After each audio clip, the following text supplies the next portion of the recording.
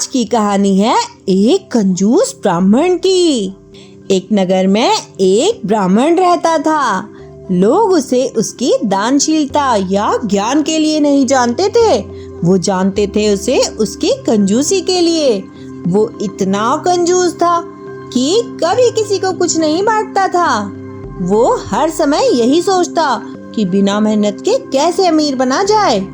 वो हर सुबह कटोरा लेकर नगर की गलियों में निकलता और भिक्षा मांगता। कभी कोई उसे चावल देता तो कभी गेहूं देता और कभी उसे भुना हुआ सत्तू मिलता। बाकी लोगों के लिए तो ये सब साधारण भोजन था, लेकिन उसके लिए मानो ये किसी खजाने से कम नहीं था।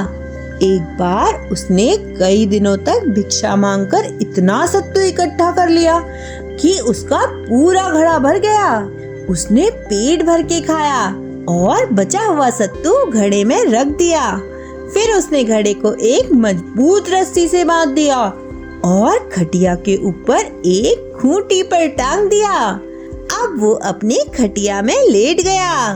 घड़े को देखकर उसकी आंखों में चमक आ गई और वो सोचने लगा, ये घड़ा सिर्फ सत्तू का नहीं है, ये मेरा भविष्य है, मेरी दौलत, मेरे सपनों का महल। वो घड़े को देखते देखते सपनों की उड़ान भरने लगा और सोचने लगा, अगर इस देश में अकाल पड़ गया तो ये सत्तू सोने के दाम बिकेगा।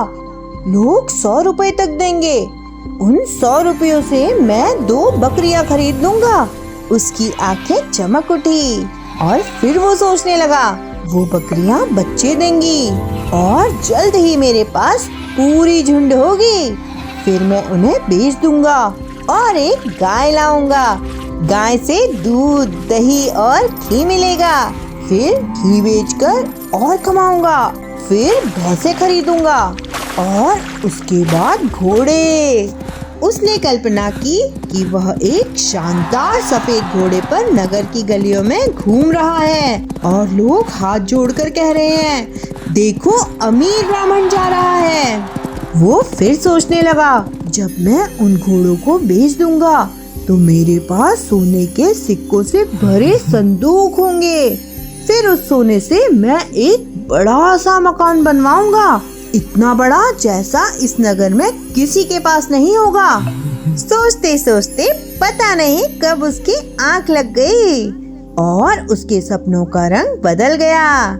उसने देखा, उसकी संपत्ति देखकर कोई श्रेष्ठ ब्राह्मण अपनी सुंदर सी कन्या का विवाह उससे करने आया है। उसने देखा उसकी एक सुंदर सी पत्नी है और फिर उन्हें एक पुत्र होगा। उसका नाम वो सोम शर्मा रखेगा। ब्राह्मण आधी नींद में मुस्कुराने लगा। उसने अपने पुत्र को रेंगते और खेलते हुए देखा। स्वयं को उसने पुस्तक लेकर अस्तबल के पास बैठा कल्पना किया, जबकि छोटा सोम शर्मा हंसते हुए उसकी ओर बढ़ रहा था। लेकिन अचानक उसका चेहरा कठोर हो गया। उसने सपना देखा कि सोम शर्मा उसकी ओर दौड़ेगा तो मैं उसकी माँ से कहूँगा, बच्चे को संभालो, मुझे परेशान ना करे। फिर उसने सोचा कि उसकी पत्नी घर के काम में इतनी व्यस्त होगी कि शायद उसकी बात ना सुने। इस पर उसका गुस्सा बढ़ गया। फिर उसने कल्पना की, क्या वह मेरे आदेश की अवहेलना करेगी? मैं उठकर उसे एक जोरदार लात मारूंगा ताकि वह फिर कभी मेरी बात टालने की हिम्मत ना करे। उसकी कल्पना इतनी सजीव थी कि नींद में ही उसने अपना एक पैर उठाया और जोरदार लात मारी। लेकिन उसका पैर पत्नी को नहीं, बल्कि ऊपर टंगे सत्तू भरे घड़े को लग गया। घड़ा टूटकर चकनाचूर हो गया और सारा सत्तू जमीन पर बिखर गया। आवाज से ब्राह्मण चौंक कर उठ बैठा। उसने इधर उधर देखा। उसकी बकरियां, गायें, भैंसें, घोड़े, सोना, मकान, बेटा सब गायब हो गए थे। बचा था तो बस टूटा हुआ घड़ा और फैला हुआ सत्तू। उसका दिल बैठ गया। उसने समझा कि बिना मेहनत किए सपने देखना और लालच पालना केवल दुख ही देता है।